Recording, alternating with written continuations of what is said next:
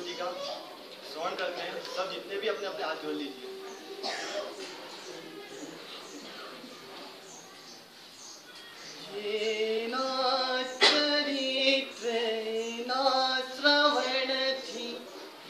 जीवन में आवे वीरता, कर्मो नमः संग्राम में लड़वानी आवे वीरता। विश्वरत्न उत्तम ने सूरिवर चरण जंखना, करुणा सागर नवरत्न सूरी ने चरण हो जो वंदना। बोलो करुणा सागर नवरत्न सूरी ने चरण हो जो वंदना। मारा शासन सिर ताज सूरी ने चरण हो जो वंदना। एक अद्वितीय अनूठे अकल्पनीय विराट व्यक्तित्व के धनी आचार्य भगवंत नरोत्तम सागर सूरज महाराज साहब, जिनका जीवन एक खुली किताब है। खुली किताब का मतलब समझते हो, जिसे खोलने की जरूरत नहीं है। एक किताब होती है जो हमेशा खुली रहती है, एक बंद होती है। जो बंद किताब होती है उसे खोलना पड़ती है, उसे पढ़ना पड़ती है। जो खुली किताब है जिसपे अक्सर केवल साफ साफ लिखे हुए हैं, उसी प्रकार साहिब जी का जीवन एक खुली किताब है। आपको सुनने की जरूरत नहीं है। हमको आपको खाली साहिब जी को देख के वो पता चल जाता है कि उनका क्या त्याग है, क्या तप है, क्या संयम है। लेकिन एक भक्ति की अभिलाषा होती है कि वो अपने प्रभु का गुण को गाए। उसी प्रकार एक शिष्य की अभिलाषा होती है कि अपने गुरु के गुण का बखान करे। क्योंकि साहिब जी का अस्तित्व क्या है आपको पता है? साहिब जी को पूरे विश्व के ऊपर अस्तित्व किस प्रकार से, जिस प्रकार से मैं यहाँ पर मुक्तक बोलूंगा।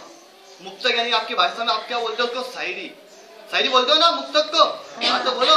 तो ध्यान रखना मैं यहाँ कितना मुक्तक बोलूंगा या कितनी शायरी बोलूंगा। ध्यान रखना, ध्यान से सुनना। ध्यान से सुनोगे ना? हाँ तो बोलो। हाँ बोलने में क्या पैसा लगता है? ठीक है। तो बोलते हैं कि जिस प्रकार सड़क के ऊपर सब आदमी को चलने का हक है। सड़क सबके लिए है। सूर्य का ताप यानी कि सूर्य की जो रोशनी होती है ना, वो सबके लिए है। चंद्र की चांदनी और बारिश का पानी सबके लिए है। उसी प्रकार हमारे गुरुदेव का अस्तित्व सबके लिए है। गुरुदेव की करुणा सबके लिए है। जो भी गुरुदेव के चरण में आ जाता है उसका बेड़ा पार है।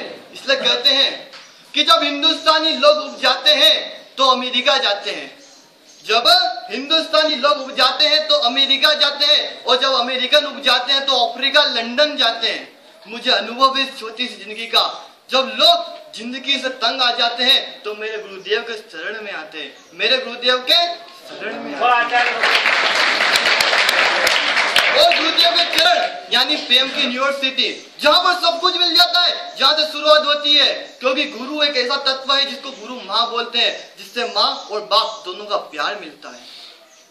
और यूनिवर्सिटी यानी कि सब कुछ मिल जाना, प्रेम का खजाना मिल जाना।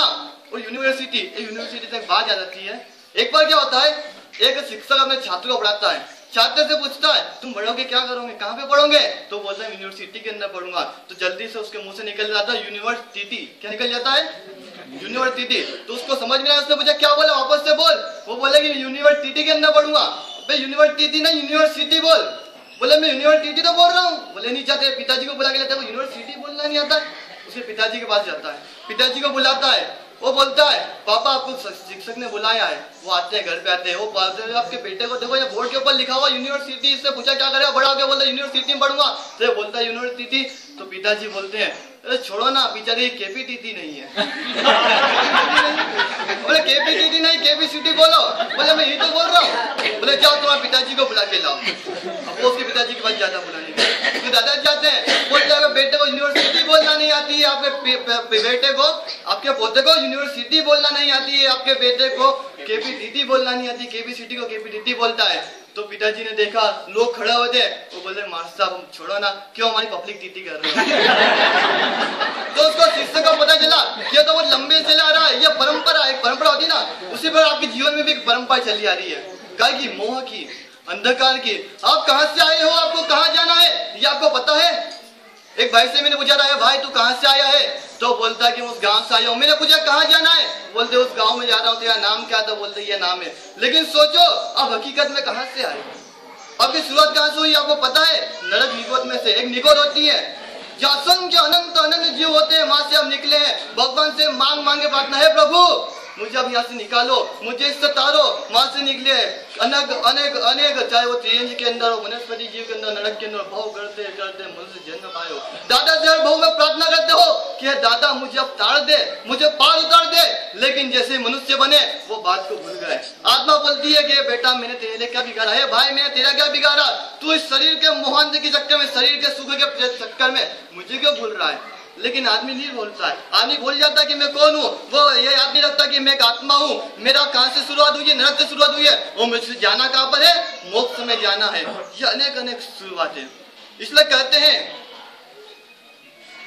दुनिया में अनेक निराशा पाई है, जिधर गया उधर निराशा पाई है, जहां गया उधर ठोकर पाई है।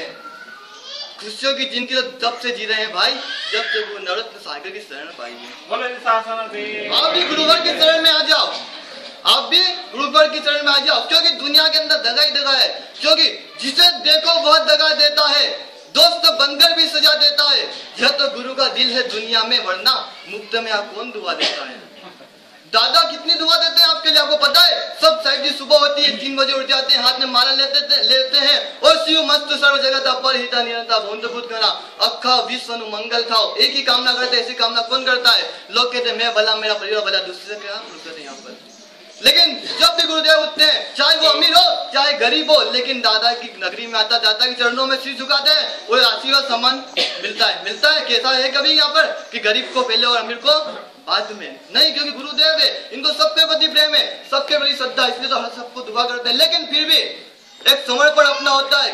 गुरुदेव को बोल दो, सब रोज वाले की तरफ से बोल रहा हूँ, गुरुदेव को बोल दो कि फिजाओं पर खुशियों का पहरा है, फिजाओं पर खुशियों का पहरा है, न जाने की उम्मीद पर दिल ठहरा है। फिजाओं पर खुशियों का पहरा है, न जाने की उम्मीद पर दिल दे रहा है। हमारे आंखों में झलकते उत्साह की कसम, कल कितने सब युवाओं की आंखों में उत्साह ही उत्साह था, तो हमारे आंखों में झलकते उत्साह की कसम। हमारे समर्पण का रिश्ता गुरु प्यार से भी गहरा है, गुरु प्यार से भी गहरा है।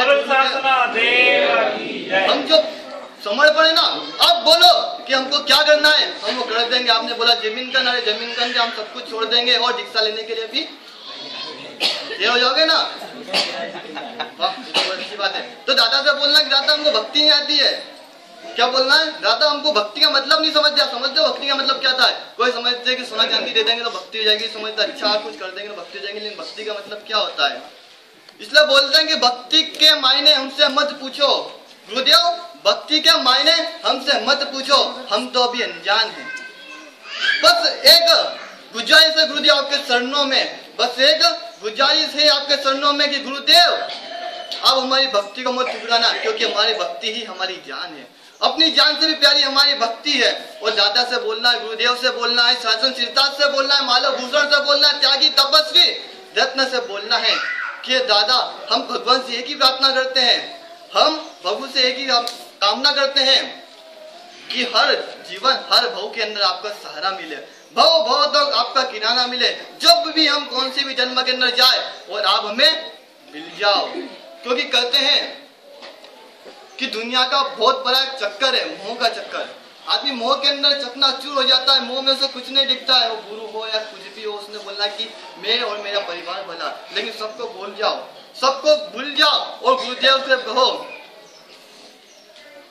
हर घड़ी गुरुदेव आपको याद करेंगे, हर घड़ी गुरुदेव आपको याद करेंगे।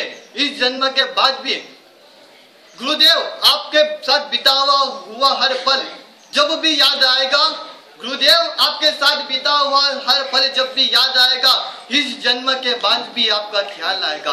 अगर बख्शी बार बार प्रभु ने जिंदगी दो, अगर बख्शी यानी कि मानव जन्म आपको बार बार मिला तो क्या बोलते हैं? अगर बख्शी बार बार जिंदगी प्रभु ने तो हर भव में आपको ही गुरु बनाना यह दिल चाहेगा, हर भव में आपको ही गुरु बनाना यह दिल चाहेगा। टाइम भी हो रहा है, इसलिए आखिरी में एक साहिब जी के प्रति बहुत अच्छी बात है, आपको आखिरी में बोलता हूँ, सब ध्यान से सुनना और अपने अपने हाथ जोड़ के एक बार आखिरी बार दादा को प्रणाम करना है कि नव रत्नों से मिलकर बना है मेरे गुरुदेव का नाम, नव रत्नों से मिलकर बना है मेरे गुरुदेव का नाम। आते हैं हर भक्तों के काम, आते हैं ये हर भक्तों के काम। भूख प्यास इनको लगती नहीं। पता है कितनी तपस्या कर रहे हैं साहिब जी, कितने आंबेल, कितने अत्तम, कितने छत, कितने बेले, हर महीने में कितने उपवास हो जाते हैं। कब पानी वापरते हैं, आपने कभी देखा साहिब जी कब गोची वापरने गए, कब आ गए? तो कहते हैं कि भूख प्यास इनको लगती नहीं, जपते हैं हर पल प्रभु का नाम, जपते हैं, लेते हैं हर पल प्रभु का नाम। दिन भर इनके हाथ में माला रहती है। जब भी देखो, आपने माली देखा ना सब्जी के हाथ में, तो दिन भर इनके हाथ में माला रहती, कब हो जाती इनकी शाम। ऐसे नवरत्न सागर सुरेश्वर जी को हम सब मस्तक रख के करें प्रणाम। मस्तक रखे हुए बोला जय भगवती नवरत्न सागर विनती करना है गुरुदेव, आपके जन्मदिन जिस प्रकार हमने बनाया है उसी प्रकार मेरा जन्म तो गादी बिस्तर पर हुआ है, लेकिन जब मेरा मरण हो ना, तो आपकी जिस संतारे के ऊपर संतारते हो ना, उसी संतारे के ऊपर मेरा मरण हो और मेरे मोह का छूट जाए और मैं भी परम भक्त मोक्ष की प्राप्ति करूं, ऐसा आशीर्वाद हमको दीजिए।